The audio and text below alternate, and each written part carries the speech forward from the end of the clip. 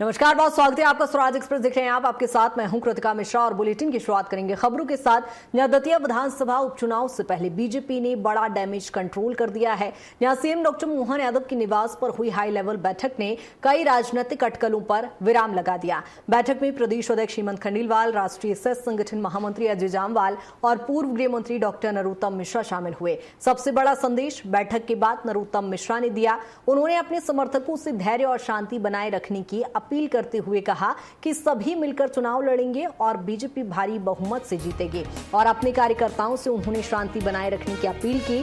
अब सवाल ये उठता है कि क्या नरोत्तम मिश्रा नरम पड़ गए हैं या फिर क्या बीजेपी का अंदरूनी असंतोष अब खत्म हो गया है या फिर ये सिर्फ चुनाव तक ही एकजुटता है। यहां बैठक के बाद अलग ही रिएक्शन देते यहां पर नरोत्तम मिश्रा दिखाई दिए, जहां उन्होंने कार्यकर्ताओं से शांति धैर्य बनाए रखने की अपील की है। गर्वित बात हुई, बहुत अच्छी बात हुई। दतिया को जिताने की बात हुई, दतिया जीतने की बात हुई। दतिया हम जीत रहे, जीतेंगे।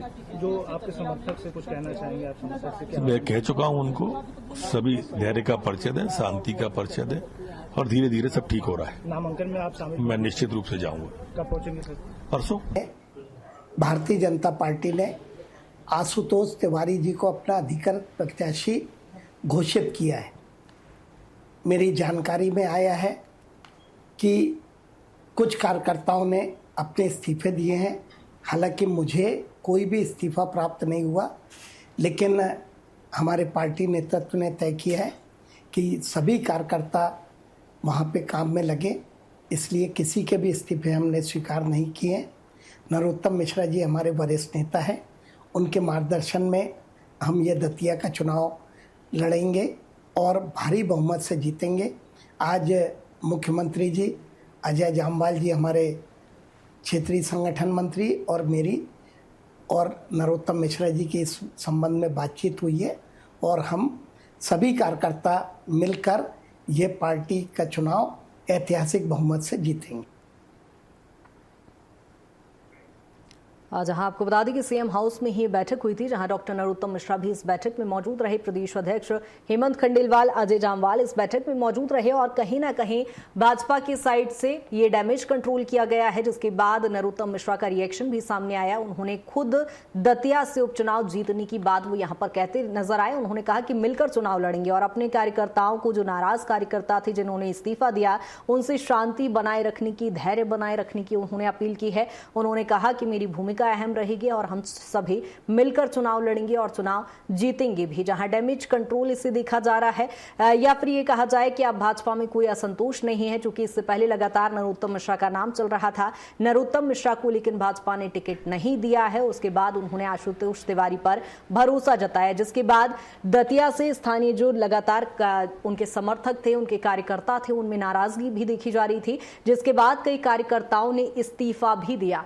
हालांकि नरोत्तम मिश्रा का इस बैठक के बाद रिएक्शन सामने आया और उन्होंने कहा कि हम सब मिलकर एकजुट होकर चुनाव लड़ेंगे और चुनाव जीतेंगे भी।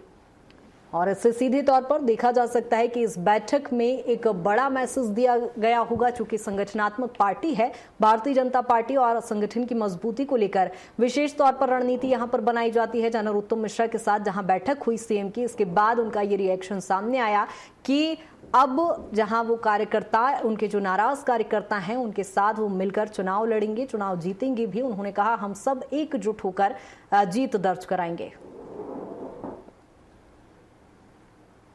और डॉक्टर नरोत्तम मिश्रा की रिएक्शन उसके बाद अलग ही नजर आए, जहां आपको बता दें कि अजय जामवाल, प्रदेश अध्यक्ष हेमंत खंडेलवाल और सीएम के साथ जहां नरोत्तम मिश्रा की बैठक हुई। इससे पहले माना जा रहा था कि वो दिल्ली हाईकमान से मुलाकात करेंगे, दिल्ली जाएंगे, लेकिन उससे पहले ही सीएम हाउस में ये बैठक रखी गई थी और जहां चुनावी महामंथन हुआ और माना जा रहा है कि डैमेज कंट्रोल यहाँ पर किया गया होगा, जिसके बाद नरोत्तम मिश्रा यहाँ पर नरम पड़ते दिखाई दिए। उन्होंने कहा कि सभी कार्यकर्ताओं को उन्होंने धैर्य बनाए रखने की अपील की है, शांति बनाए रखने की अपील की है और उन्होंने इस दौरान जीत को लेकर भी भरोसा जताया है। उन्होंने कहा दतिया विधानसभा का उपचुनाव हम सभी मिलकर लड़ेंगे और हम सभी जीत दर्ज भी करेंगे।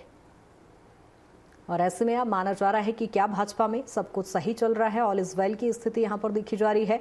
ऐसे में यहां पर असंतोष और नाराज कार्यकर्ताओं ने जिन्होंने इस्तीफा भी दिया था, उनको भी एक मैसेज यहां पर नरोत्तम मिश्रा देते नजर आए हैं।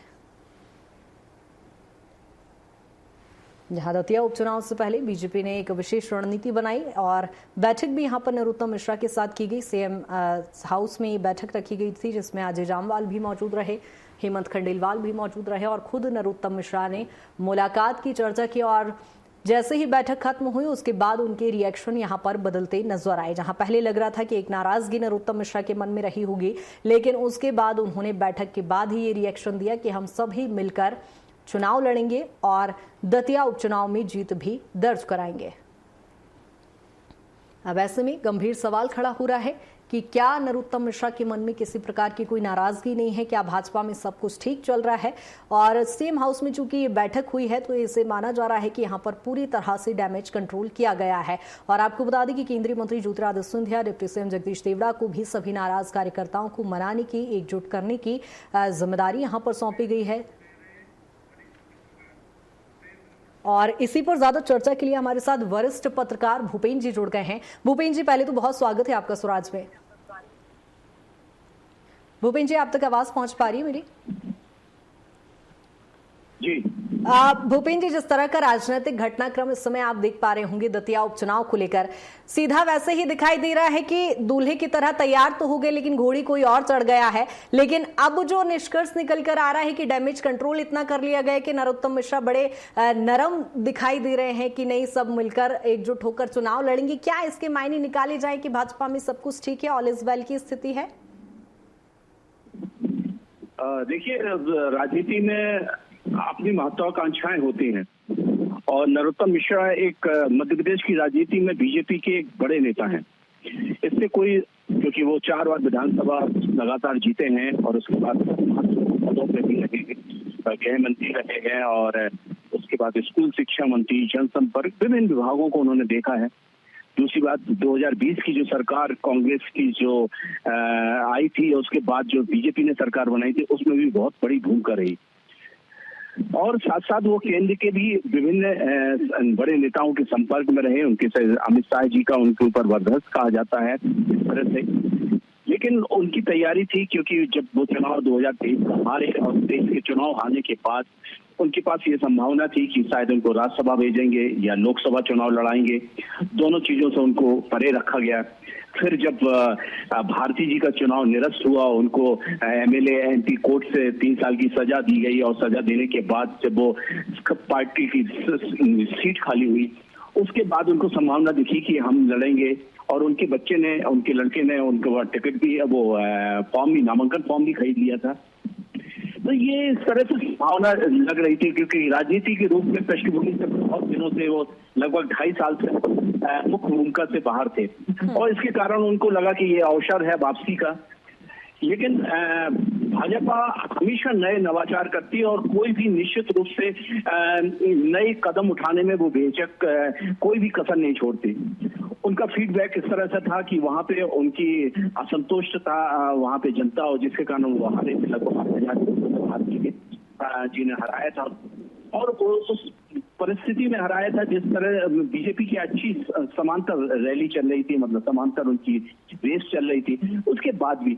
लेकिन इसके बाद उनको जब लगा कि जब आशुतोष तिवारी, वो भी दतिया जिले के हैं और संघ से जुड़े हुए हैं और भारतीय जनता पार्टी के संगठन मंत्री रहे और उन्होंने भी 2020 में वो हाउसिंग बोर्ड के चेयरमैन भी रहे। बिल्कुल सर, शुरुआत से ही लग रहा था कि भाजपा कोई चौंकाने वाले नाम का ही ऐलान करेगी, क्योंकि इससे पहले भी हमने कई ऐसी चीजें देखी है, चाहे वो मध्य प्रदेश के मुखिया के रूप में मोहन यादव को चुनना ही ले लिया जाए। लेकिन बात नाराजगी की यदि करें तो कहीं ना कहीं पार्टी को इससे नुकसान होगा। जिस तरह से हमने देखा कि पहले कहीं ना कहीं ये माना जा रहा था कि नरोत्तम मिश्रा पार्टी हाईकमान से मुलाकात करेंगे, दिल्ली जाएंगे और कुछ ना कुछ चर्चा होगी। लेकिन अब वो पूरी तरह से इतना डैमेज कर लिया गया है कि सीएम के साथ उनकी मुलाकात होती है, उसके बाद ही उनके सुर बदल जाते हैं कि नहीं, हम एकजुट हैं और चुनाव लड़ेंगे। तो क्या माना जाए, पार्टी में सब ठीक है? देखिए, निश्चित रूप से देखिए, आप अगर बीजेपी का पुनः इतिहास देखें तो कल्याण सिंह की अगर आप भूमिका देखें या बघेला जी की भूमिका देखें या उमा भारती जी की भूमिका देखें तो बड़े बड़े नेता जो बीजेपी से गए हैं और बीजेपी ने जिनको निकाला है उनको फिर आनी पड़ेगी। और मैं तो मानता हूं कि कल्याण सिंह के बराबर कोई बड़ा नेता हुआ ही नहीं है भारतीय जनता पार्टी में अगर हिंदुत्व के रूप में, क्योंकि जिस तरह से उनके, लेकिन जिस तरह से वो जब भाजपा से निकले तो भाजपा के बाद उनकी राजनीति की जब उन्होंने पार्टी बनाई, संघीय सुनता रह गई थी। और हम विभिन्न नेताओं को देख लें तो उस हिसाब से देखा जाए तो निश्चित रूप से बीजेपी से जो पार्टी से जो नेता निकलता है वो अपनी पृष्ठभूमि समांतर रूप से बनाने में बिल्कुल असफल रहता है, ये इतिहास गवाह है। और उसके रूप में ये भी क्योंकि पार्टी हमेशा एक एक सीट के लिए बड़ा महत्व रखती है और उसके लिए वो ये सीट कोई अगर कहा जाए तो उसके लिए सरकार के लिए कोई निश्चित रूप से कोई प्रभाव नहीं पड़ रहा है, लेकिन वो हर चुनाव को निश्चित रूप से बड़ी गंभीरता से लेती है और वहां हर ठीक है सर, ये तो लेकिन पार्टी की स्ट्रेटेजी हो गई। लेकिन जिन नामों को आपने गिनाया है, यदि हम उमा भारती की बात कर लें तो कहीं ना कहीं खुले मंच से इनकी नाराजगी हमने देखी है, जग जाहिर है। तो मन में तो एक द्वेष की भावना या नाराजगी तो कहीं ना कहीं रहती है। ऐसे में क्या आगामी समय में पार्टी को नुकसान होगा, क्योंकि 2028 विधानसभा चुनाव भी सामने है और नरोत्तम मिश्रा का चूंकि आप पहले ही बता चुके हैं कि वो काफी बड़े पदों पर रहे हैं, एक अच्छा उनका राजनीतिक कार्यकाल रहा है, बढ़िया करियर रहा है। ऐसे में क्या माना जाए नुकसान हो सकता है पार्टी को आगामी समय में? देखिए, पार्टी ने बड़े नेताओं को उतार दिया है। देखिए, वहां के क्षेत्रीय संगठन मंत्री जो जामवाल जी थे उनके साथ उनकी बैठक हुई है, मुख्यमंत्री और पार्टी अध्यक्ष के साथ हुई है। अब वो बंद कमरे में 1 घंटे बैठक हुई है, उनके निश्चित रूप से स्वर बदले हैं और पार्टी का अपना संगठनात्मक वोट है। और वहां पे आप देखिए बड़े नेता उतार दिए हैं उन्होंने अभी, और सिंधिया जी को वहां का प्रभारी बना दिया है। वहां के डिप्टी सीएम देवड़ा जी को वहां भेजा जा रहा है, वहां राहुल कोठारी को संगठनात्मक सूबे भेजा, पार्टी अध्यक्ष आ रहे हैं। तो आप ये मान के चलिए कि वो पूरी तैयारी के साथ अपने आप को कुनबे को कस रहे हैं। और सिंधिया जी जैसे एक बड़े नेता को वहां पे, क्योंकि वहां जो क्षेत्र है शिवपुरी दतिया, वहां उनका बड़ा प्रभाव है और वो इस चीज को मैनेजमेंट, क्योंकि वहां पे कांग्रेस से जो उम्मीदवार उतारा है वो राजवंश से उतारा है, वहां के राजा परिवार से सिंह जी को उतारा है, जिसके लिए वो यहाँ पे ब्राह्मण कैंडिडेट है बीजेपी का। तो उसको डैमेज कंट्रोल के लिए बीजेपी ने अपनी चीज के हिसाब से अपने पास फैलना शुरू कर दिया। दूसरी बात, उपचुनाव हमेशा सत्तारूढ़ पार्टी के पक्ष में ही रहता है और उसके पास क्योंकि जो मुख्यमंत्री होता है उसके बिहाफ में चुनाव लड़ा जाता है, क्योंकि यह माना जाता है कि मुख्यमंत्री का जो वेश है या उसकी कार्य करने की पद्धति है वो उसके किस तरह से उसके पार्टी के पैरामीटर में आशुतोष तिवारी तो सर फिर फिट बैठ गए। लेकिन यदि हम बात करें नरोत्तम मिश्रा की, तो नरोत्तम मिश्रा का टिकट क्यों काटा गया है, क्यों वो पैरामीटर में फिट नहीं बैठे, इसका कोई रीजन? देखिए, उसका निश्चित रूप से क्योंकि पार्टी अपने स्तर से सर्वे, यहाँ पे देखिए संगठनात्मक रूप से एक ही नाम गया था और वो जहाँ पे दतिया में जितना भी उनका संगठनात्मक है वो सिर्फ नरोत्तम जी के सपोर्टर हैं। उन्होंने एक ही दिन में रिजाइन दे दिया, तो एक ही नाम गया था और पार्टी ने भी ऊपर से भी एक नाम भेजा था। लेकिन पार्टी ने अपने सर्वे में पाया गया कि उनकी स्थिति अच्छी नहीं है। फिर उसने इस स्थिति में पाया कि क्या उनके बच्चे की स्थिति अच्छी है, उनके बेटे की, तो वो भी नहीं पाएंगे। तो इसलिए उन्होंने एक नया कैंडिडेट दिया और वो कैंडिडेट ब्राह्मण के रूप में दिया, क्योंकि अगर वो दूसरे कास्ट का देते तो शायद राजनीति में संदेश गलत जाता। तो उन्होंने वहीं के जो कि 2023 में सेवड़ा से अपना सर एक आखिरी सवाल है, संक्षेप में आंसर इसका दीजिएगा। 2023 में हमने देखा पूरा ज्वाइनिंग कैंपेन की अध्यक्षता कर रहे थे नरोत्तम मिश्रा, इतने सारे लोगों को उन्होंने बीजेपी ज्वाइन कराई और अभी इलेक्शन से पहले ही चुनाव में भी हमने देखा दतिया से काफी सारे कार्यकर्ताओं ने भाजपा की सदस्यता ली। पार्टी क्रेडिट भूल गई उनका? देखिए, पार्टी क्रेडिट नहीं भूलते, पार्टी चाहती है कि हर एक जो बीजेपी का संगठन है वो हर सीट को जीता जाए, हारा नहीं जाए। तो वो ये चाहते थे कि ये रिपीट, क्योंकि वो 2023 में हारी है तो वो चाहते थे कि एक नया कैंडिडेट रूप में फिर से अपने आप को मजबूत किया जाए। और लेकिन वो है उनकी राजनीतिक महत्वाकांक्षा थी, लेकिन अभी उनकी उम्र इतनी नहीं है क्योंकि वो 60 और 65 के बीच में होंगे। तो अभी उनकी महत्वाकांक्षा को संगठन निश्चित रूप से, क्योंकि वो विभिन्न पार्टी के विभिन्न राज्यों के चुनाव में प्रभारी भी रहे हैं और उन्होंने अच्छी भूमिका निभाई है। चाहे आप बंगाल में, दिल्ली में, कहीं में भी, झारखंड, बिहार, कहीं पे भी देख लें तो उन्होंने महत्वपूर्ण भूमिका निभाई है और उनके अच्छे संबंध भी केंद्र से अमित शाह। यानी ये कहा जाए कि पार्टी कहीं ना कहीं उनकी इस मेहनत का सकारात्मक परिणाम या रिजल्ट या कुछ अच्छी मेहनत का फल उन्हें दिया जाएगा। फिलहाल बहुत शुक्रिया सर तमाम चर्चा के लिए।